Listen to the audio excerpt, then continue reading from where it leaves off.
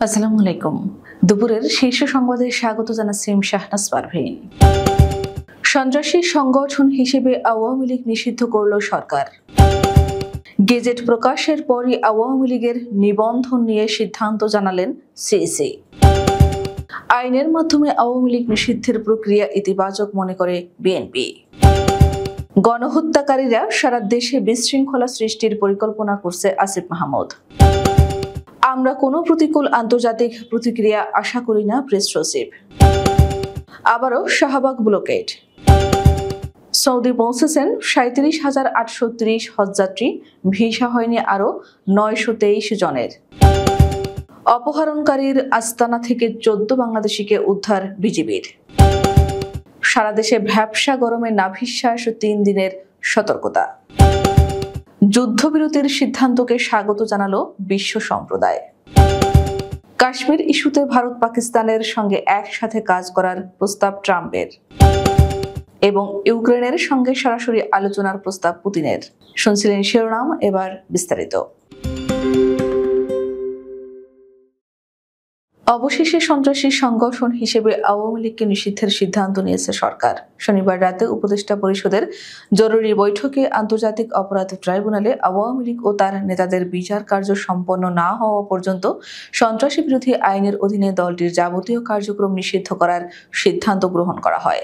গণহত্যার অভিযোগে আওয়ামী লীগের বিচার ও রাজনৈতিক কার্যক্রম নিষিদ্ধের দাবিতে চলমান বিক্ষোভের 2 দিনের মাথায় সরকারের পক্ষ থেকে এ ঘোষণা এলো। এ বিষয়ে প্রয়োজনীয় পরবর্তী কর্মদিবসে জারি করা হবে। একই সঙ্গে আগামী 30 কার্যদিবসের মধ্যে জুলাই ঘোষণাপত্র চূড়ান্ত করে প্রকাশ করার সিদ্ধান্ত গৃহীত হয়েছে বলে জানিয়েছেন আইন, বিচার ও সংসদ বিষয়ক উপদেষ্টা আসিফ নজরুল। এর আগে গত বছরের অক্টোবরে বাংলাদেশ ছাত্রলীগকে সন্ত্রাস বিরোধী আইনে নিষিদ্ধ করা হয়। এদিকে আওয়ামী লীগের কার্যক্রম নিষিদ্ধের ঘোষণা আসার পর সারা দেশে আনন্দ মিছিল ও মিষ্টি বিতরণের খবর পাওয়া গেছে। আওয়ামী লীগের রাজনীতি নিষিদ্ধের বিষয়ে সরকারের গেজেট প্রকাশের পরই দলটির নিবন্ধন বাতিল হবে কিনা সে বিষয়ে সিদ্ধান্ত নেবে নির্বাচন কমিশন। একথা জানিয়েছেন প্রধান নির্বাচন commissioner CEC AMM Nasir Uddin. রোববার গণমাধ্যমকে তিনি বলেন, সরকারের গেজেট প্রকাশ হলে কমিশন আনুষ্ঠানিকভাবে আলোচনায় বসবে। আলোচনার পরেই চূড়ান্ত সিদ্ধান্ত নেওয়া হবে। আমাদের বর্তমান বাংলাদেশের চেতনা ও বাস্তবতা বিবেচনায় রেখেই সিদ্ধান্ত গ্রহণ করতে হবে। গেজেট কালই প্রকাশ হলে সিদ্ধান্ত কালই আসতে পারে। উল্লেখ্য, 7 মে মধ্যরাতে আওয়ামী লীগের সময়ের সাবেক রাষ্ট্রপতি আব্দুল হামিদ গোপনে থাইল্যান্ডে যাওয়ার পর নতুন রাজনৈতিক কর্মসূচি ঘোষণা করে মাঠে নামে জাতীয় নাগরিক পার্টি এনসিপি। এতে বিভিন্ন রাজনৈতিক দল ও সংগঠনও যুক্ত হয়। ছাত্র জনতার দাবির মুখে জুলাই গণহত্যার ঘটনায় আন্তর্জাতিক অপরাধ ট্রাইব্যুনালের দল হিসেবে আওয়ামী লীগ ও এর নেতাকর্মীদের বিচার না হওয়া পর্যন্ত দলটির সব ধরনের কার্যক্রমে নিষেধাজ্ঞা আরোপের সিদ্ধান্ত নিয়েছে অন্তর্বর্তী সরকারের উপদেষ্টা পরিষদ। এছাড়া আন্তর্জাতিক অপরাধ ট্রাইব্যুনালের দল হিসেবে আওয়ামী লীগের বিচার কার্যক্রম পরিচালনার জন্য ট্রাইব্যুনাল আইনের সংশোধনীতেও উপদেষ্টা পরিষদ অনুমোদন দিয়েছে। আন্তর্জাতিক অপরাধ ট্রাইব্যুনাল আইনের সংশোধনী আনার সিদ্ধান্তকে ইতিবাচক হিসেবে দেখছে বিএনপি। দলটি মনে করছে এর মাধ্যমে রাজনৈতিক দলকে শাস্তি দেওয়া যাবে। শনিবার রাতে গুলশানে বিএনপি চেয়ারপারসনের কার্যালয়ে দলের স্থায়ী কমিটির সভা অনুষ্ঠিত হয়। এতে ভার্চুয়ালি যুক্ত ছিলেন দলের ভারপ্রাপ্ত চেয়ারম্যান তারেক রহমান। বৈঠকের সিদ্ধান্ত অনুযায়ী আদালতের মাধ্যমে আওয়ামী লীগ নিষিদ্ধ করার যে সিদ্ধান্ত নেওয়া হয়েছে তাতে সম্মত থাকবে বিএনপির। এছাড়া দলটির নেতারা বলছেন, একমাত্র বিএনপি আইন আদালতের মাধ্যমে আওয়ামী লীগের বিচার চেয়েছে। দেরি হলেও সরকার সেই পথে এগিয়েছে। স্থানীয় সরকার, পল্লী উন্নয়ন ও সমবায় এবং যুব ও ক্রীড়া মন্ত্রণালয়ের উপদেষ্টা আসিফ মাহমুদ সজীব ভূঁইয়া বলেছেন, নিষিদ্ধ হওয়ার পর গণহত্যাকারীরা সারা দেশে বিশৃঙ্খলা সৃষ্টির পরিকল্পনা করছে। সকলকে সতর্ক ও সজাগ থাকার আহ্বান জানাচ্ছে।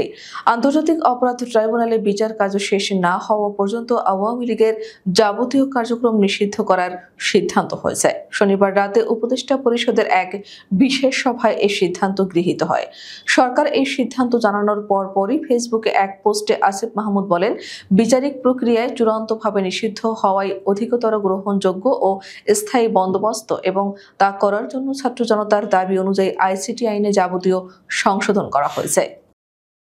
অন্তর্বর্তীকালীন সরকারের প্রধান উপদেষ্টার প্রেস সচিব শফিকুল আলম বলেছেন, আওয়ামী লীগের কার্যকলাপের উপর নিষেধাজ্ঞার বিষয়ে আমরা কোনো প্রতিকূল আন্তর্জাতিক প্রতিক্রিয়া আশা করি না। রোববার সকালে সামাজিক যোগাযোগ মাধ্যম ফেসবুকে এক পোস্টে তিনি একথা লেখেন। তিনি লিখেছেন, আওয়ামী লীগের কার্যক্রম নিষিদ্ধ করার পর আন্তর্জাতিক সম্প্রদায়ের প্রতিক্রিয়া কি হবে? আমি বিশ্বাস করি না আওয়ামী লীগের কার্যক্রম নিষিদ্ধ করার জন্য বিশ্ব বিলাপ করবে। জাতীয় নিরাপত্তা ও সার্বভৌমত্ব রক্ষা, জুলাই আন্দোলনের কর্মীদের নিরাপত্তা নিশ্চিত করা এবং আন্তর্জাতিক অপরাধ ট্রাইব্যুনালের বাদী ও সাক্ষীদের সুরক্ষার জন্য এই নিষেধাজ্ঞা প্রয়োজনীয় ছিল।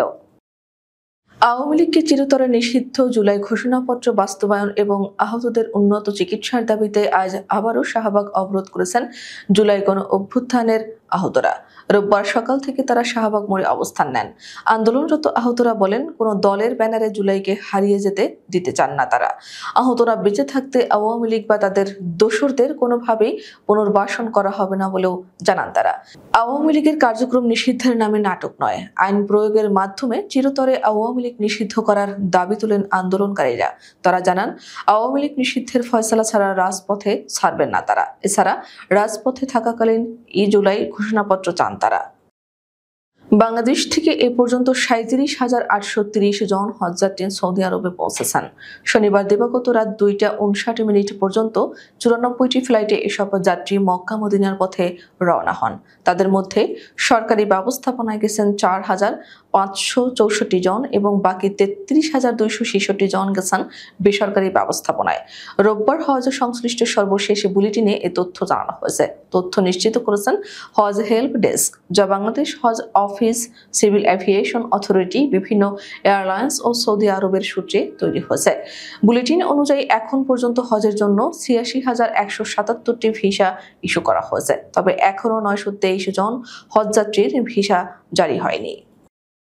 কক্সবাজার টেকনাফ সদর ইউনিয়নে অপহরণকারীদের আস্তানায় সাঁড়াশি অভিযান পরিচালনা করে 14 জন বাংলাদেশি নাগরিককে উদ্ধার করেছে বর্ডার গার্ড বাংলাদেশ বিজিবি। রোববার সকালে টেকনাফ ব্যাটালিয়ন 2 বিজিবির অধিনায়ক লেফটেন্যান্ট কর্নেল আশিকুর রহমান এক সংবাদ বিজ্ঞপ্তিতে এ তথ্য নিশ্চিত করেন। তিনি বলেন, গত 24 এপ্রিল গভীর সাগর দিয়ে মিয়ানমার হতে বাংলাদেশের মানব পাচারকালে সাইফুল ইসলাম সহ পাচারকারী চক্রের সদস্যদের আটক করতে অভিযান পরিচালনা করে বিজিবি। এ সময় টহল দল তাদের চ্যালেঞ্জ করলে তারা দ্রুত পালিয়ে যেতে সক্ষম হলেও ভুক্তভোগীদের উদ্ধার করা সম্ভব হয়। পরে পলাতক পাচারকারীদের নামে ওই দিন টেকনাফ মডেল থানায় মানব পাচার আইনে মামলা করা হয়। ভ্যাপসা গরমে নাজেহাল সারা দেশের মানুষ, কোথাও স্বস্তি নেই।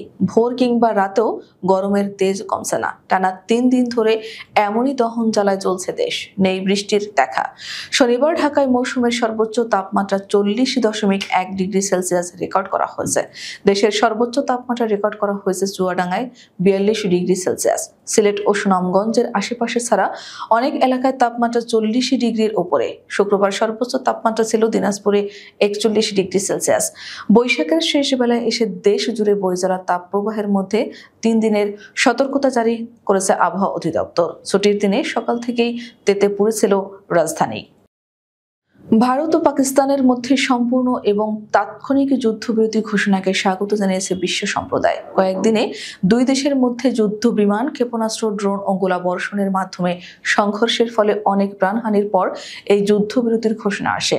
এই উত্তেজনার সূচনা হয় 22 এপ্রিল। তখন ভারত শাসিত কাশ্মীরের পেহেলগামে এক সন্ত্রাসী হামলায় 26 জন নিহত হন। ভারতের পক্ষ থেকে কোনো তদন্ত বা প্রমাণ ছাড়াই পাকিস্তানকে দায়ী করা হয়।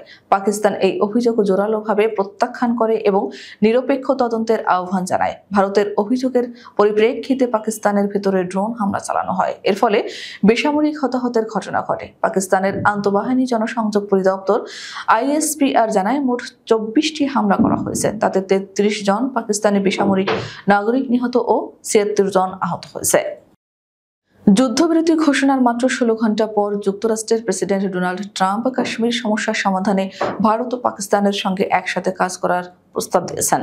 তবে নয়াদিল্লি দীর্ঘদিন ধরে কাশ্মীরকে ভারতের অবিচ্ছেদ্য অংশ হিসেবে দেখে। তারা এ বিষয়ে কোনো তৃতীয় পক্ষের মধ্যস্থতার বিরোধিতা করে। ট্রাম্পের এই প্রস্তাবের পর ভারত সরকারের পক্ষ থেকে আনুষ্ঠানিক প্রতিক্রিয়া দেওয়া হয়নি। এ খবর দিয়েছে অনলাইন NDTV। ট্রুথ সোশ্যালে দেওয়া এক পোস্টে ট্রাম্প যুদ্ধবিরতি সম্পর্কে লিখেছেন, ভারত ও পাকিস্তানের শক্তিশালী, বিচক্ষণ এবং সাহসী নেতৃত্বের প্রশংসা করি। তারা বুঝতে পেরেছেন সময় এসেছে রক্তপাত ও ধ্বংস বন্ধ করার। লক্ষ লক্ষ নিরীহ মানুষ প্রাণ হারাতে পারত। এই সাহসী পদক্ষেপ দুই দেশের ইতিহাসে এক গৌরবময় অধ্যায় হয়ে থাকবে। তিনি আরো লিখেছেন, এই ঐতিহাসিক সিদ্ধান্তে পৌঁছাতে সহায়তা করতে পেরে আমেরিকা গর্বিত।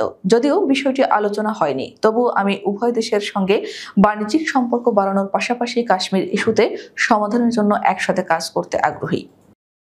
রাশিয়ার প্রেসিডেন্ট ভ্লাদিমির পুতিন ইউক্রেনের সঙ্গে সরাসরি আলোচনার প্রস্তাব দিয়েছেন। তিনি বলেছেন, কোনো বিলম্ব ছাড়াই 15 মের মধ্যে এটি শুরু হওয়া উচিত। খবর বিবিসির। ভ্লাদিমির পুতিন বলেছেন, আমরা সিরিয়াস আলোচনা চাই, সংঘাতের মূল কারণ উপড়ে ফেলতে এবং একটি দীর্ঘস্থায়ী ও টেকসই শান্তির দিকে এগিয়ে যাওয়া শুরু করতে চাই।